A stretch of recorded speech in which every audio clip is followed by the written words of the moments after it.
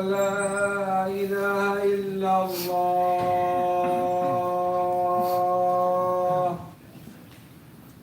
أشهد أن محمدا رسول الله أشهد أن محمدا رسول الله حي على الصلاة حي على الصلاة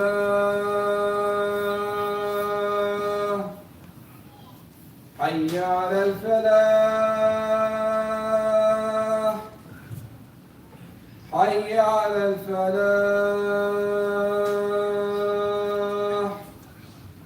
الله أكبر الله أكبر لا إله إلا الله.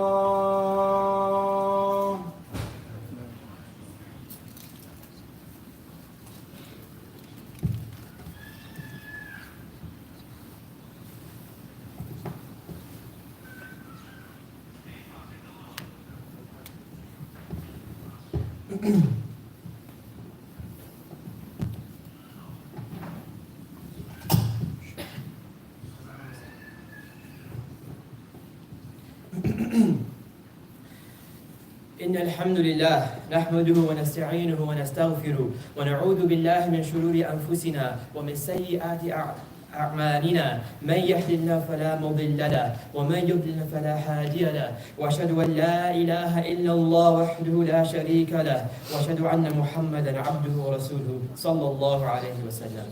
أعوذ بالله السميع العليم من الشيطان الرجيم. بسم الله الرحمن الرحيم. يا أيها الذين آمنوا اتقوا الله حق تقاته ولا تموتن إلا وأنتم مسلمون.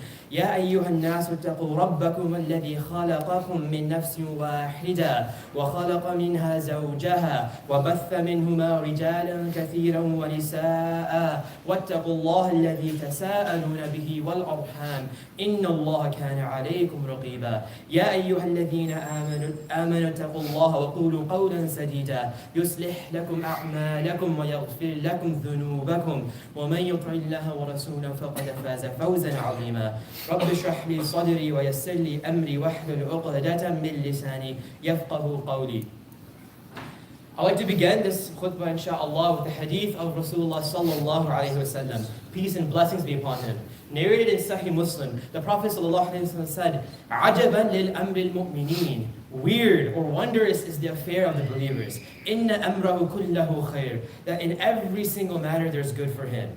And this is not the case with anyone but the believer. If he is happy, he thanks Allah subhanahu wa ta'ala, and thus there is good for him. And if he is harmed, he shows patience, and thus there is good for him. And subhanAllah, often we find ourselves in these moments of difficulty. We find ourselves in moments of unease, of trouble, of areas where we might not sure how we will get out of this situation. And we often search far and wide for a solution, or any solution for that matter, that can bring any ease or comfort to our situation. We might not understand the situation well. We might try to reason with it and toil with it and wrestle with it without fully being able to rationalize the situation we find ourselves in.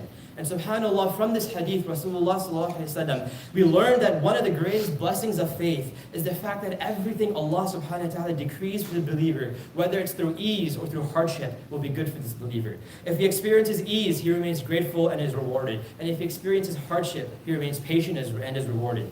And subhanAllah, it's very easy to say this on the pulpit. It's very easy to say this on the mic, that when you're in a moment situation, be grateful, that Allah be patient. This is the ideal belief, that's the true testament of our faith, that in these situations, we can show the sabrun jameel in whatever situation we find. But putting this into practice is very, very difficult, right? Every single one of us has been in these situations before, and we all know how we reacted. Sometimes we reacted appropriately, sometimes we did not. And subhanAllah, in today's khutbah on this topic, I wanted to expound on two stories from our tradition that describe how people react to the difficulties that came their way. And the first is a story from one of the prophets of our beloved Anbiya, narrated to us in the Quran. And this story is so profound, so extreme, so difficult, that when the Prophet responded to this situation, Allah subhanahu wa ta'ala recorded the Prophet's response in the Quran. So 1400 years later, we are still reciting his response. We're still pondering over the wisdoms of his response and trying to employ the morals and wisdoms we can from his response in our daily lives. And the second story is from a very tense moment of the seerah of Rasulullah sallallahu alayhi wa sallam and his companions. And this story is so unique because it was such a tense moment in time for the Sahabas that Allah subhanahu wa ta'ala sent down a reminder. Allah responded to the situation that they had found themselves in.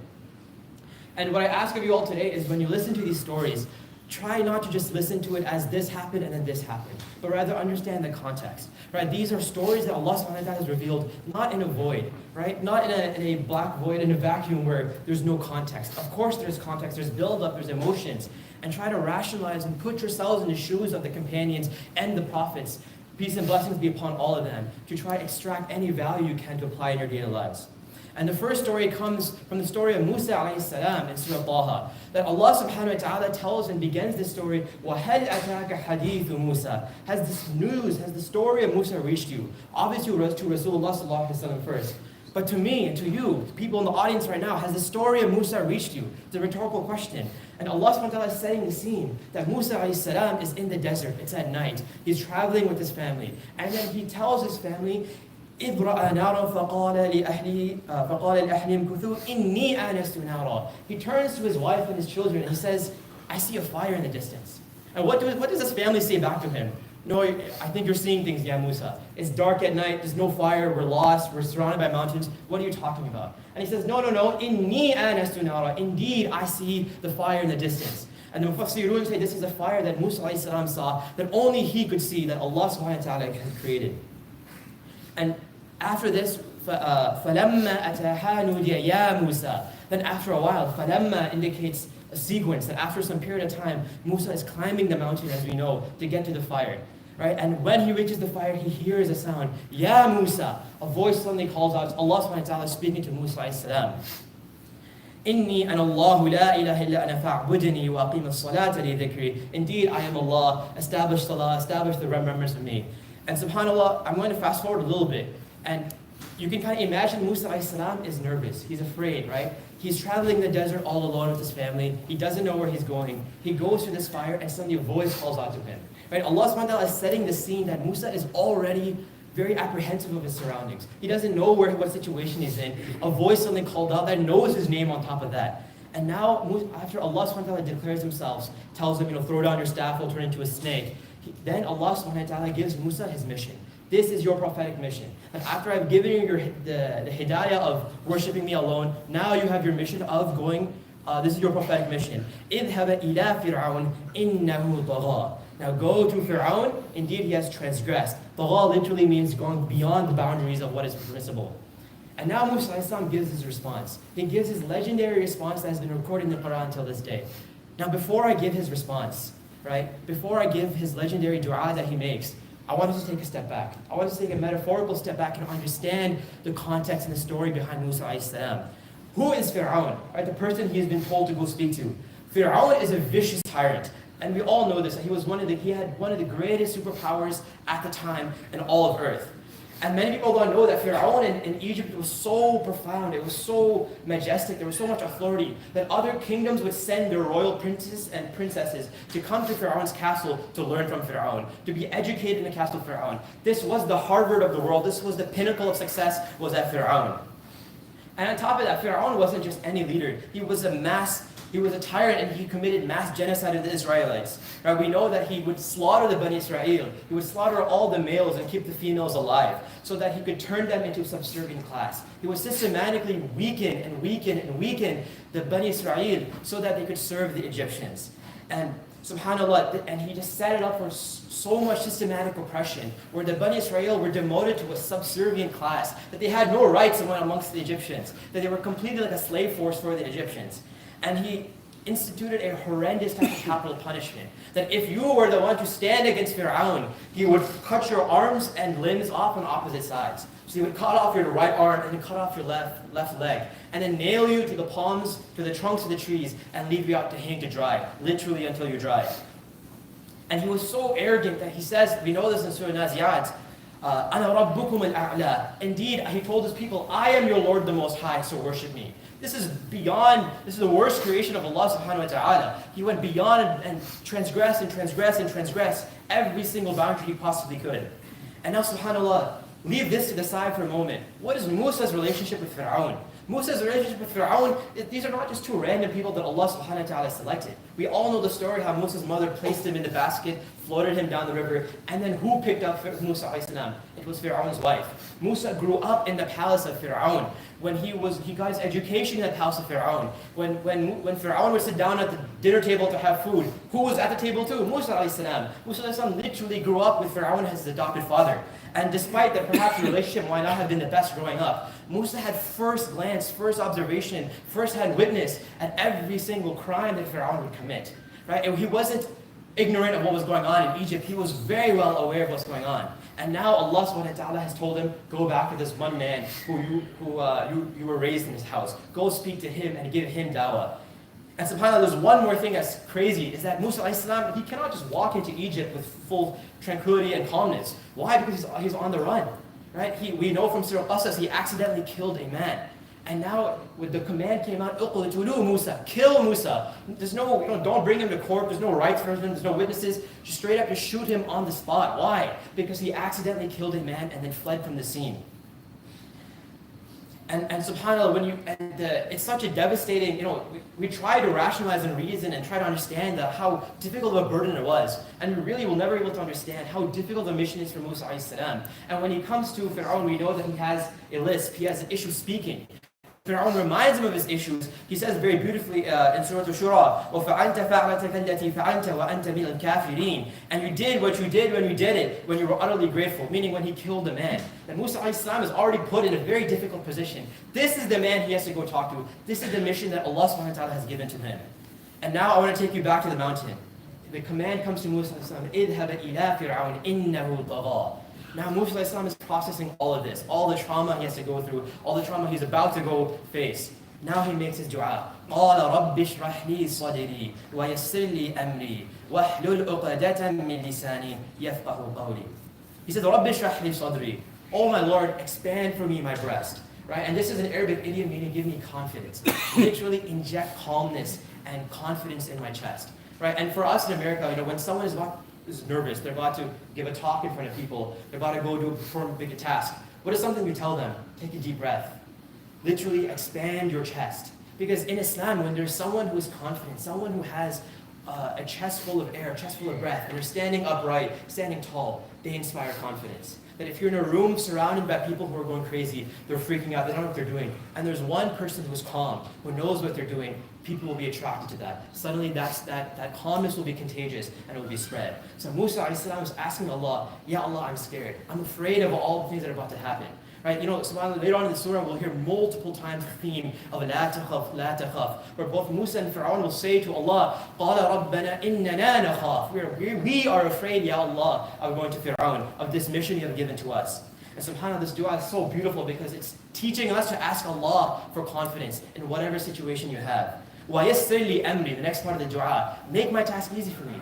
Right? Allah subhanahu wa ta'ala knows every intricacy of the task. He knows how difficult it will be. He knows how easy it will be. He knows things that are apparent, things that are hidden. So ask Allah subhanahu wa ta'ala, Ya Allah, make my task easy. The things that are apparent to me and the things that are not. وَاحْلُلْ عُقْدَةً مِّن لِسَانِي. And untie the knot in my tongue. Because the Mufassirun say that he had like a lisp, he had a stutter when he would speak. It was hard for him to give talks. And Musa a.s. recognizes his physical limitations in this dua. He speaks to Allah, Ya Allah, help me speak. Help me do this mission that you've asked me to do. يَفْقَهُ قَوْلِي, so that my people might understand my speech. SubhanAllah, this room has how many people? 200 in it maybe? 250. How difficult it is to get 250 people to agree to one concept. Imagine the mission of Musa a.s. teaching the Bani Israel. That he went through so many issues with his people, where they refused to listen to him. They annoyed him beyond doubt. SubhanAllah, one of the craziest things is when he left his people, when he saved them from Fir'aun, and then he left them for 40 days as a test from Allah, his people immediately began to worship what? An idol. That he saved them with the mercy of Allah subhanahu wa ta'ala, and the moment he turns away, they began worshiping an idol. This is how difficult his nation was, how difficult his his people were. So subhanAllah, this is almost like a foreshadowing of his prophecy to come. That يَفْقَهُ قَوْلِي, let my people understand me, so that the people can truly understand the message of Allah subhanahu wa ta'ala. And the point I want to make with this dua is that when Musa alayhi salam is in this difficult situation, when he's been given this difficult mission, the essence of the dua is that he calls upon Allah subhanahu wa ta'ala to take care of the different facets in his life. Right? In essence, he is saying, oh Allah, you're the one who gives calm. You're the one who gives sakina, who gives tranquility. So provide with me that calmness and tranquility. Oh Allah, you're the one who perfects speech. So perfect my speech and remove my limitations from my speech. Oh Allah, you're the one who gives reasoning to the people. So allow people to understand my speech. Each and every aspect of this dua goes back to one of the attributes of Allah, one of the sifat of Allah subhanahu wa ta'ala. That Allah subhanahu wa ta'ala is capable of committing, capable of executing in every single area Musa alayhi salam needs help in. And then he asks Allah for help in those matters. And it comes back to this understanding that no matter what, Allah subhanahu wa ta'ala is the one who provides for you. That when you're in those moments of difficulty, you turn to Allah for help. You know, subhanAllah, one of my personal teachers, he taught me this dua on this topic, and I think subhanAllah it relates so directly to it. And the dua is Ya mudabbir dabbir li fa inni la ahsana tadbir. The ultimate problem solver, solve my problems, for indeed you are the best at solving problems. And subhanAllah, both from this dua and from the story of Musa alayhi salam, we learn this prophetic formula. That if you're asking Allah subhanahu wa ta'ala for help, call upon His attributes. That if you're having trouble at work, Ya Allah, you're the one who provides rizq, so provide me the rizq in the best of manners. Maybe you're having issues with your family, maybe you're having issues with your spouse, your kids. Ya Allah, you're the turner of hearts, you're the one who brings hearts together, so turn our hearts together.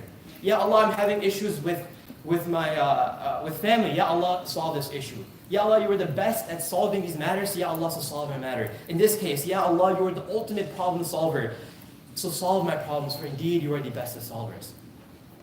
May Allah subhanahu wa ta'ala guide us and grant us the tawfiq of His religion, and allow us to ask from Him consistently and be among those constantly making dua to Him. أقول قولي هذا واستغفر الله لي ولكم ولسائر المسلمين واستغفروه إنه الغفور الرحيم.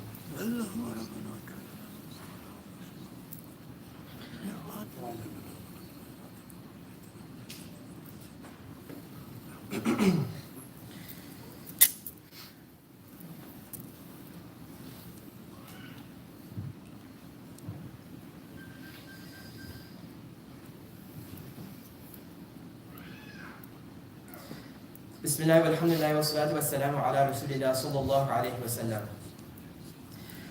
The second story I wanted to relate on this topic of tribulations, on this topic of responding, is from the time of the Rasulullah sallallahu alayhi wa sallam, from a moment, a period of time in the seerah of the Prophet and his companions. Peace and blessings be upon them. Now before I do that, I want you guys to imagine a scenario. Imagine you're in your home, and you have your family in your house, you have some guests visiting, whatever it might be. And outside your house, there are enemies who want to kill you. Not only that, they want to break down your house, they want to come exterminate you, annihilate you and everyone inside. Right? And you are constantly in this worry, in this state of apprehension of defending your door against these about these incoming enemies. And inside the house, the guests who you think are on your side, they actually betray you. And they're constantly making secret alliances with the enemies coming to attack you. And they're constantly going behind your back even though you made an alliance with them. And now they're communicating with the enemies. Now subhanAllah, if you were in this situation, how would you respond? How would you react? How would you be able to apprehend the situation and make something out of it? Right? And subhanAllah, this is the exact scenario that the Prophet ﷺ and his companions found themselves in.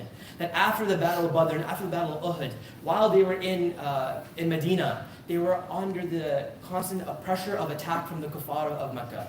That although they had technically won the battles of Badr and Uhud, the kuffar and the mushrikun of Mecca swore that the job was not finished, that they would be coming back again. And Rasulullah ﷺ was always worried about this, that how will my ummah stay safe? And on top of that, inside Medina, we know that one of the Jewish tribes, that they were constantly making alliances with the kuffar and promising them things. That if you come and wipe out the Muslims, we will both be successful, we will both be on top. And on top of that, the Muslims, they were hypocritical Muslims, the munafiqun, that when they were with the Prophet ﷺ and the companions, they would say, Innana amanna, indeed we believe, there's no doubt about it, we believe. But when they would turn around to themselves in their own corners, they would say, we disbelieve. And they would forge alliances with the Jews and forge alliances with the kuffar. This was the situation that Rasulullah ﷺ was in. Now imagine you were in his shoes. And subhanAllah, you don't even need to imagine it. We have narrations from Aisha radiallahu anha that Prophet Muhammad sallallahu alaihi wasallam would have trouble sleeping at night because of how much stress he was under. Right? That the companions would come to him and try to reassure him. And that all the companions, when they would pray salah, they'd be very nervous that suppose the attack was about to come right around the corner, they're about to attack us. That this was the situation that the Muslims of Medina have found themselves in. That although they had escaped the kuffar several times before, now it's becoming more and more serious. Right? And we know from history the Battle of Khandaq is coming and the Treaty of Hudaybiyah. But we're not there yet, right? It's still a very tense moment for the Sahabas. And then Allah subhanahu wa ta'ala reveals some verses from Surah Al-Hadid. And before I talk about the verses from the Hadid, just to give you guys some context, without going too deep into the science of the Quran, that we know that of 114 chapters, the chapters of the Quran are divided into two general categories, right? The Meccan surahs and the Madani surahs, which essentially trying to translate to surahs that came before the Hijrah and surahs that came after the Hijrah. So, what's interesting is that the surahs that came before the Hijrah, the Meccan surahs, there's a constant theme. That the constant theme of Tawheed, where Allah subhanahu wa ta'ala is teaching the Muslims, teaching the people of Mecca that worship Allah. Do not worship idols. Allah is one. Yawm al-Qiyamah is coming. The day of judgment is coming. This is a constant theme of educating people on the oneness of Allah. And then you come to the Madani surahs after the Hijrah. And these are all the surahs that have Ya ayyuhalladhina amanu. Ya ayyuhalladhina amanu taqullah. Stand up for justice. Establish salah. Establish the masjid. These are all the rules to build a society. All the rules to establish a community. There's a stark difference between the two categories of surahs. And what's interesting is when Surah Al-Hadid was revealed in these very tense moments, the first couple of verses sound exactly like how a Meccan surah would sound, although it is revealed in Medina. And Allah subhanahu wa ta'ala begins the surah, Sabbaha lillahi ma fis samawati wal ard. Everything in the heavens and the earth declares Allah's perfection. And there's a subtle undertone. There's many, many meanings, but one of the undertone is everything in the heavens and earth declares Allah's perfection. So what is wrong with you? Why are you so worried about those that do not perfect Allah? Why are you worried about those who do not exalt Allah's greatness? وَهُوَ الْعَزِيزُ الْحَكِيمُ, and He is the ultimate authority, all-wise. So why are you Muslims, or why are you afraid of the authority of the kuffar, the little authority that they have, the fake authority that they have, their armies and their weapons? How dare you all be afraid of them when وَهُوَ الْعَزِيزُ الْحَكِيمُ, when Allah is Aziz al-Hakim?